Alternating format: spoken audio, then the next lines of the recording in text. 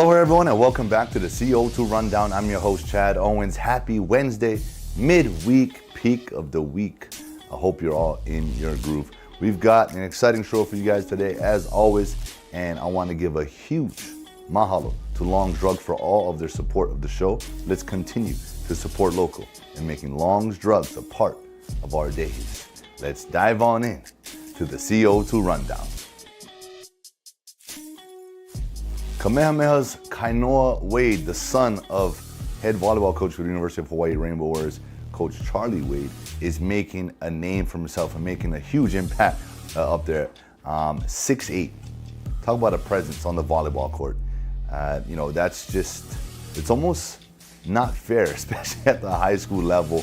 But he's only a sophomore, like I said, and he's headed to UH. He's gonna go play for his dad, for the defending two-time national champions. And, I've always wondered, about those types of dynamics, right? The father-son dynamic, getting coached by your dad. But, Coach Charlie Wade seems like the type of person that he doesn't let that sort of relationship intertwine, right? He's able to separate it. He's able to be a coach, he's able to be dad. And the reality of it, man, being a college coach, especially a male college coach, you're sort of that father figure. A female college coach, you're that mother figure. You're that person that these athletes can come to and talk to about life and anything, right? And that's kind of the other side of being a coach, is you're that mentor. You are that father, that mother figure. So, I think it's a blessing, right? You're getting coached every day by one of the best, if not the best coach in college volleyball, two-time national champion. Coach Charlie Wade knows a thing or two about volleyball. But Kainoa, hey, continue to do your thing, man. You got a couple more years to develop. 6'8", I don't know, coach. Can he put his hand in the dirt? Can he come off that edge? I'm always thinking football. 6'8", wingspan. That's the defensive end to me. But anyway, look, continue to do your thing in the middle over there. Good luck. Hawaii Grown Report, like I've always said, man, this is one of my favorite stories to tell. It's one of my favorite articles in the Honolulu Star-Advertiser, where it highlights, our alumni, kids that went to high school here and are out doing amazing things in college on the mainland. And so today, we're talking about Punahou alum Emma Ng Pak, who is representing Claremont Mudscripts in the 1 and 3 meter dives this week at the Division II, the NCAA Division II Swimming and Diving Championships. That's being held out in Greensboro, North Carolina. And what's interesting about this story, every athlete, no matter if you're playing football or you're swimming, diving, there's adversity, right? And Emma had to overcome concussions, COVID-19, that era, right? It seems like it was just yesterday, but it was a few years ago, and everyone's still sort of recovering from that. COVID-19, what else? Vertigo. If you are a diver, right, you're doing all these flips, vertigo, that will affect you, right? Vertigo affects you when you're just sitting, standing, not even moving. So to be able to come back from all of that and still be representing in the D2 championships is a testament to Emma's character, hard work, the ability to be resilient and persevere, all of the things that you need as an athlete to be a champion, to have an opportunity to become a champion. So with that, shout out to Emma. Congratulations. Continue to persevere. We go through adversity in sport, in life, and that's one of the things that's always guaranteed. Whether we overcome it in this season, there will be more. And all it does each time is prep us for the next one. So, and regardless, I like to share this with athletes, whether you win the championship or not, whether you're first place, second, it doesn't matter. You've made it there. You're already a champion because of the things that you've been able to overcome.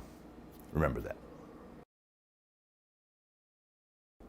And another guy, Hawaii born, out doing his thing, Kahuku graduate and alumni and current Mississippi State Bulldog men's basketball player, Tolu Smith, had a great season and helped lead his Mississippi State Bulldogs into the NCAA tournament But unfortunately, they lost in the first 4 game against Pitt, 60-59 at the end. It was a thriller. They had a chance for a putback win bucket at the end, but it didn't go in.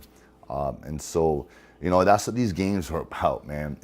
I know it's tough to lose these ball games, especially down the stretch, last second. Nerves. You think it's a simple layup, but the nerves, it gets you. And with that, hey, Tolu, I know you've been there a couple of years now. I had a few opportunities. When we lose ball games, when we lose in life, they're never losses, right? We learn from those situations. And you're going to take this game, you're going to take this entire season. It didn't end the way you guys wanted it to. I know it didn't end the way you wanted it to personally. But you're going to take this game and you're going to learn from it, like I said. You're going to allow it to fuel you to the next thing, right? Whatever that is. And that's how we have to go about, these life lessons, right? In sport and out in life.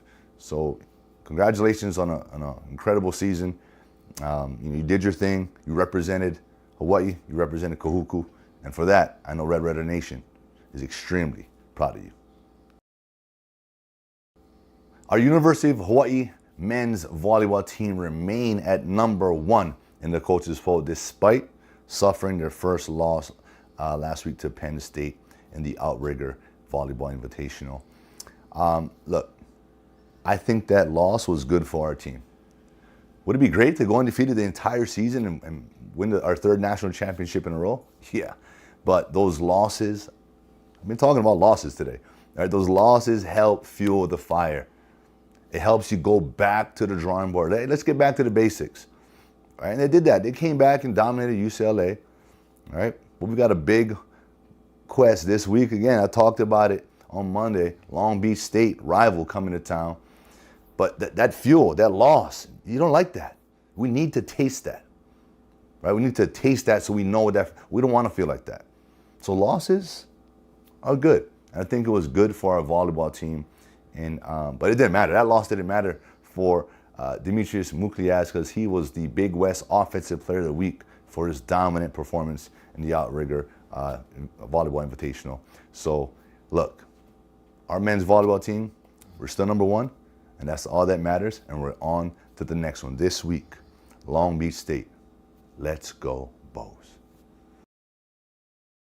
And that is it for today's show. I want to thank you all so much for tuning in with me here today. Look, have yourself an amazing midweek Wednesday. Like I said, I hope you're all in your groove, you're feeling it, and you're setting up. And Monday you set yourself up. Right now, I hope you are in another winning week and you're just enjoying yourself each and every day. Mahalo again to Long's Drugs for all of their support of the show. Let's continue to support local and making Long's Drugs a part of our days. I'm going to see you all on Aloha Friday.